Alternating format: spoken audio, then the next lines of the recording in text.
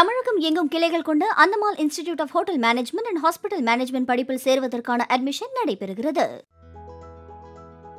தற்போதைய இந்திய அணியின் தலைமை பயிற்சியாளர் ராகுல் டிராவிடின் ஒப்பந்தம் வரும் T20 உலகக்கோப்பை தொடருடன் முடிவடைகிறது. இதனால் இந்திய அணிக்கு புதிய தலைமை பயிற்சியாளரை நியமிக்க வேண்டிய அவசியம் ஏற்பட்டுள்ளது. ராகுல் டிராவிட்டுக்கு மீண்டும் இந்திய அணியின் பயிற்சியாளராக தொடர விருப்பம் இல்லை என்று கூறப்படுகிறது. இதனால் புதிய பயிற்சியாளர்களிடத்தில் இருந்து விண்ணப்பங்களை பெற BCCI முடிவு செய்துள்ளது. அத்தோடு சென்னை சூப்பர் கிங்ஸ் அணியின் பயிற்சியாளரான ஸ்டீபன் பிளமிங்கை இந்திய அணியின் பயிற்சியாளராக நியமிக்க BCCI காய் நகர்த்தி வருவதாக கூறப்படுகிறது. இதுகுறித்து BCCI சார்பில் ஸ்டீபன் பிளமிங்கிடம் பேசியிருப்பதாகவும் சொல்கிறார்கள். ஆனால் அவர் அதற்கு ஒப்புக்கொள்வாரா என்பது தெரியவில்லை.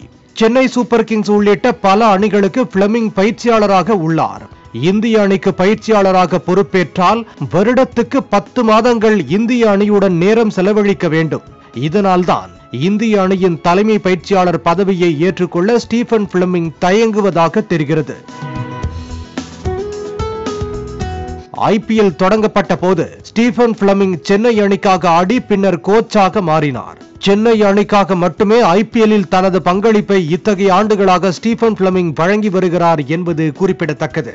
இதுகுறித்து சென்னை அணியின் CEO விஸ்வநாதன் கூறுகையில், BCCI தரப்பில் இருந்து தன்னிடத்தில் பேசியதாக பிளமிங் எதுவும் தங்களிடத்தில் கூறவில்லை என்றும் மறுப்பு தெரிவித்துள்ளார்.